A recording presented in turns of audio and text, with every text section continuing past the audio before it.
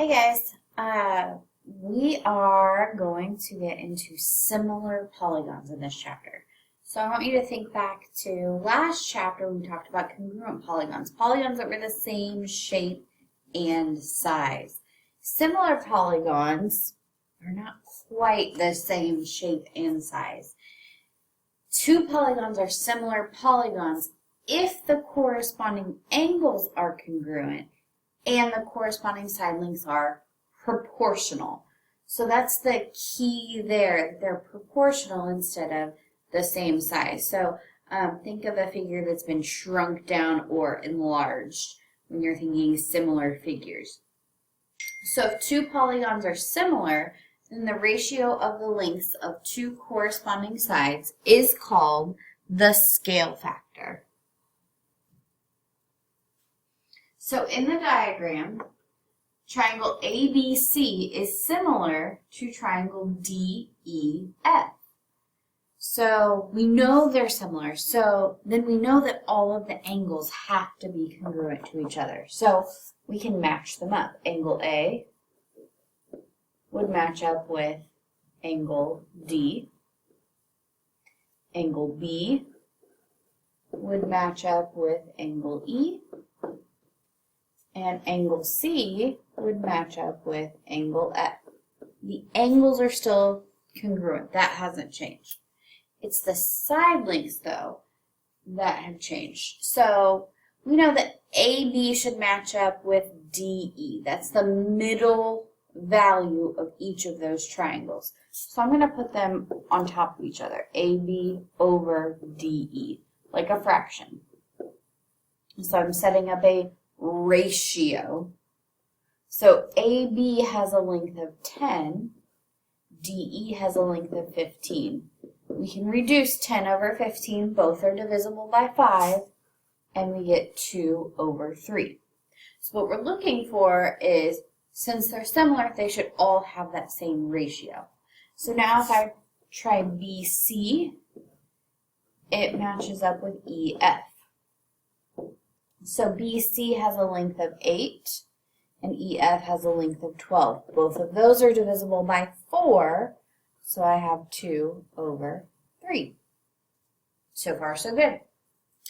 Okay, and then AC is our longest side, and DF is our longest side of the bigger triangle. So I have 12 and 18. Both of those divide by 6. We get 2 over 3. And just as we should, all of those ratios are equal.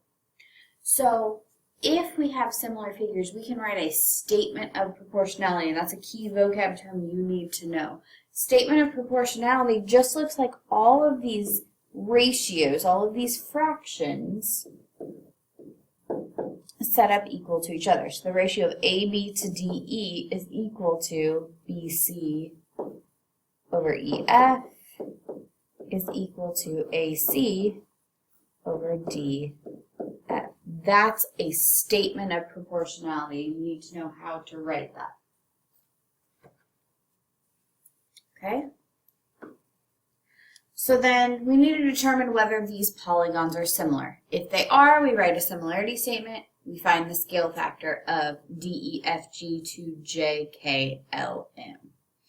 So when we're looking at this picture, we need to match up everything. We don't have any shortcuts. So we're going to start by matching up all of the angles. So I see angle D has 3 arcs, and angle J also has 3 arcs. Angle E has 2 arcs, so does angle K. I see that angle F has a single arc, so does angle L. And then I see that angle G has a right angle, and so does angle M. So those 4 angle pairs match up. Now we have to match up all 4 sides. So it looks like DE should match up with JK. So we have 15 over 20. And notice it listed polygon DEFG first, so that's why I'm putting it on top. So 15 over 20 then reduces, they both divide by 5, so I end up with 3 over 4. Then I'm going to try EF. over KL. EF is 6. KL is 8. Both of those will divide by 2. So I get 3 over 4. Then FG, we want to go in the same order, so matches up with LM.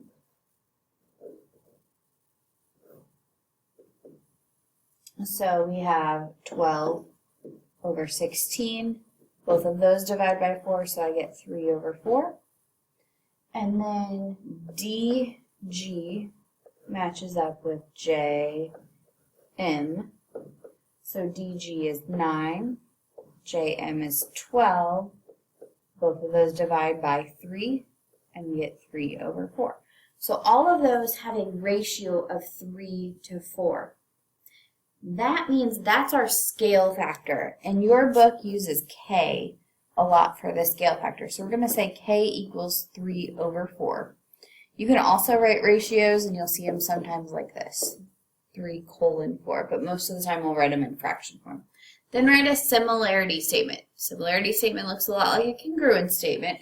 The similarity statement would look like D, E, F, G is similar. That's our squiggle, is our similar, no equal sign under it, to J, K, L, M. So D, E, F, G is similar to J, K, L, M. Okay, so in the diagram it says BCD is similar to RST. Find the value of X.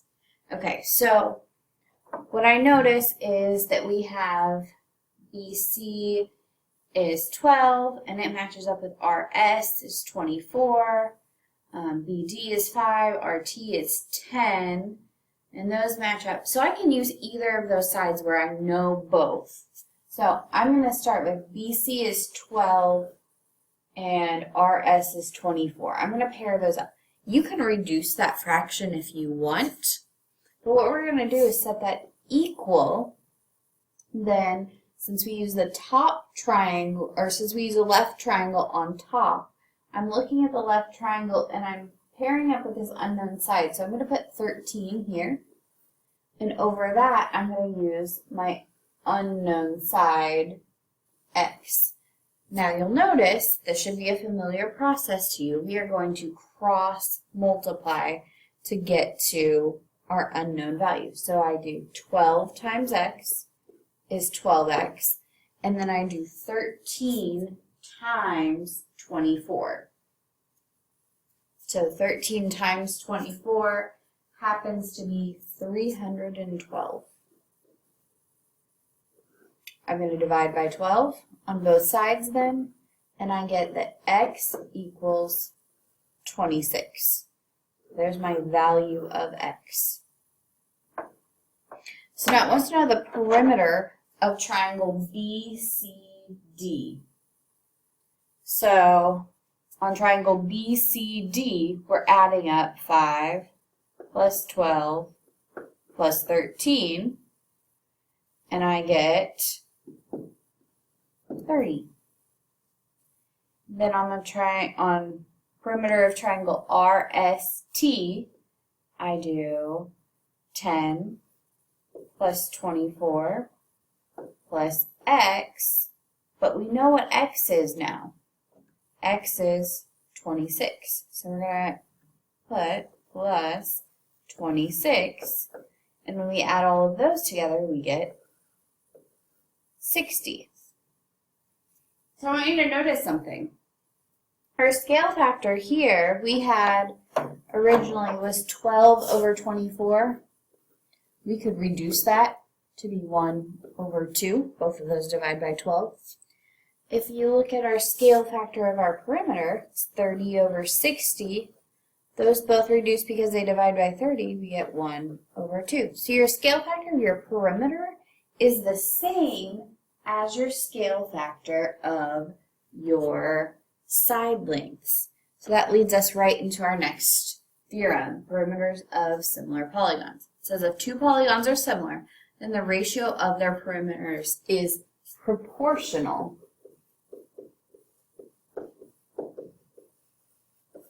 to the ratios of their corresponding side lengths. So find the perimeter of triangle WXY if we know that triangle WXY is similar to triangle PQR. So if you look, we would need to find these two missing side lengths. We would need to find XY, we need to find WY if we didn't know that we could use our new theorem. So here's how we can use our new theorem. 40 and 72 match up. So I can put 40 over 72. Now, if you want, you can go ahead and reduce that so our numbers aren't so bad. Both of those will divide by 8. So we get 5 over 9. A little nicer to deal with. But you could use 40 over 72 instead. I'm going to make that the left-hand side of our ratio. So 5 over 9 is equal to, now, I want to know the perimeter of the left-hand triangle, and that's going to go on top. I don't know the perimeter, so I'm using P there. But I can find the perimeter of the right-hand side by adding up 72 plus 63 plus 81. And if I add all of those up, I get 216. So now I have a nice problem that I can cross multiply. So I do 9 times P equals 5 times 216, which gives me 1,080. And I can divide by 9 on both sides. And I get P equals 120. So the perimeter here, we don't have units, so 120 units would be your label.